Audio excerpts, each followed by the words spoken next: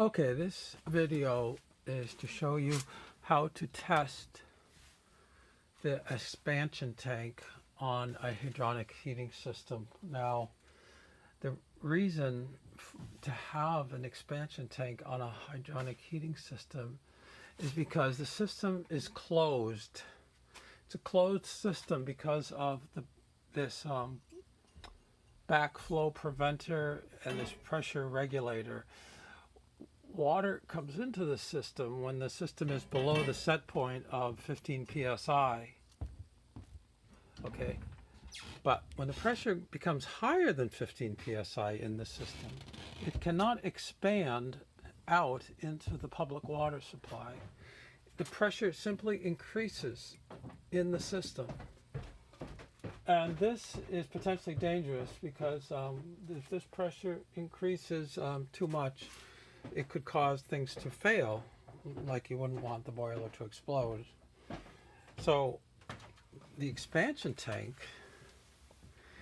is designed to allow the volume of the system to increase. And the way it works is it has a rubber bladder somewhere around halfway. The bottom part is filled up with air at a certain pressure. Then the top half is water, let's say. If the pressure in the system increases, the diaphragm moves down and the volume in the hydronic system increases. And when the pressure reduces, it comes back, okay? It has a little nipple at the bottom where you can inflate it. And it comes pre-charged. You shouldn't have to do anything with this. Over the life of it, as far as I know, that valve seems to be pretty secure. But the way that you test this is by taking something like a metal object and dinging the side of this, like this. Okay, it should ring like a bell. Okay, now on the top, where there's water, doesn't make that noise. So this one is working fine.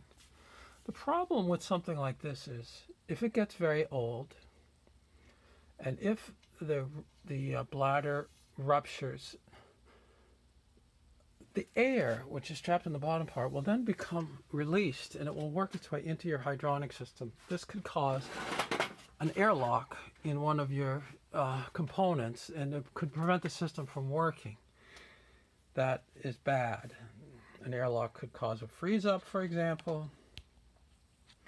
So you want to catch this situation when it's early on. If you find that you do get an airlock and you're not getting heat in one of your zones, you want to address that immediately. And one thing to check for is to check for if your bladder is still working by doing this test. Okay. Now, it is, I suppose, also possible for the valve to simply leak air. Okay. And that would also cause it to be filled with water, and it would cause a problem, but not necessarily an airlock. What it would do is when there's no way for things to expand in the system, then what happens is when the system is operating, the pressure in the system will exceed the 30 psi of the relief valve. Okay, I think you can see that. There it is, 30 psi. Okay, and then you'll find that it's delivering water onto the floor. So in the winter when you're operating your boiler, that's one thing you want to check for. If there's any release of water, that's a sign that the system cannot expand. And one possible explanation is because the expansion tank's not working. It's filled with water. And it's either because the bladder's ruptured or the air is leaked out. If the air is leaked out, you could simply pump it up again. Okay. Now, one way to test to see if the air has leaked out or if the bladder is ruptured is if you simply depress. So in the bottom of the tank, here's a tank that I have here sitting here. If you push in on that little thing, if water comes out, that means the bladder's ruptured. If no water comes out, you could try pumping up air back into this to restore the function. Okay, so this is a common symptom. If you're seeing water coming through your relief valve, check for this. Now, here is one of these that I took off of my daughter's hydronic system because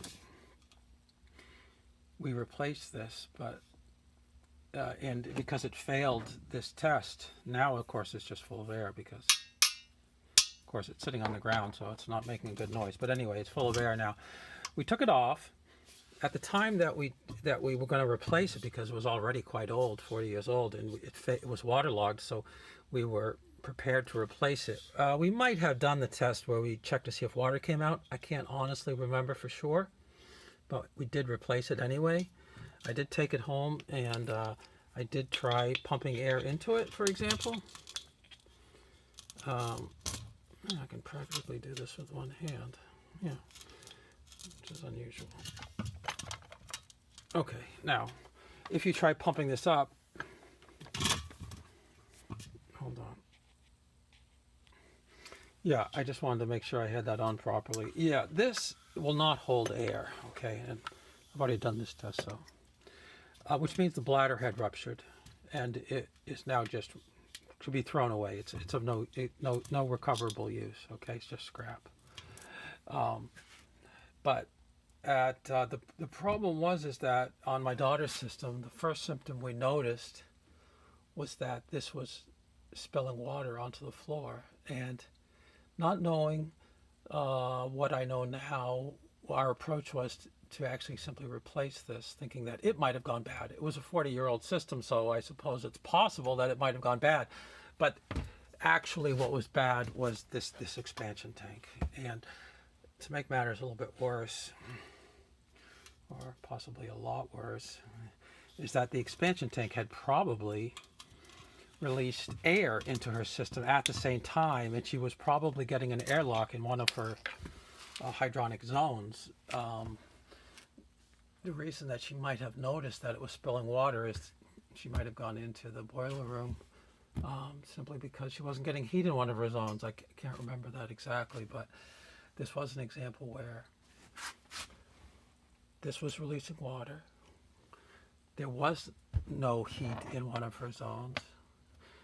It was presumed to be due to an airlock, and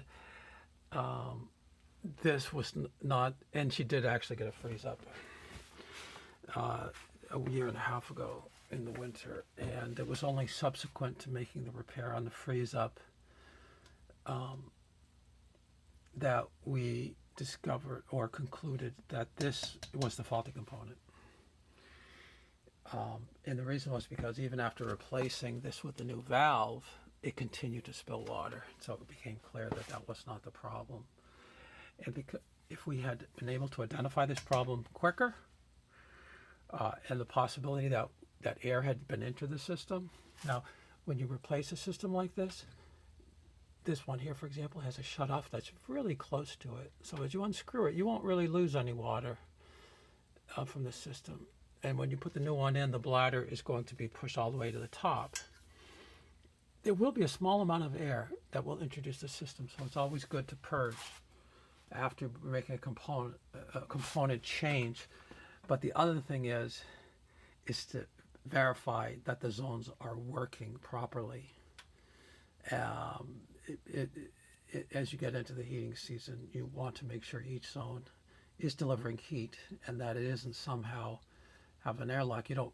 Now, normally when you get into the heating season, the temperature is not that cold that you're going to have a freeze up problem. So by the time you get into January or February, where you might have a freeze up because you have a air in a system, by then you probably would have found out about it before that, noticing you're not getting any heat in that zone, and then you can address the problem even before the temperature has become so cold as to cause a freeze up.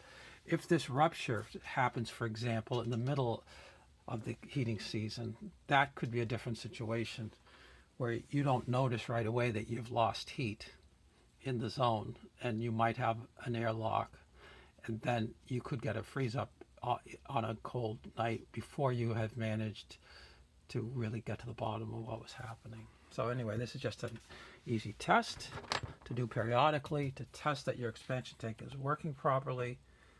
It is a critical component. Thanks.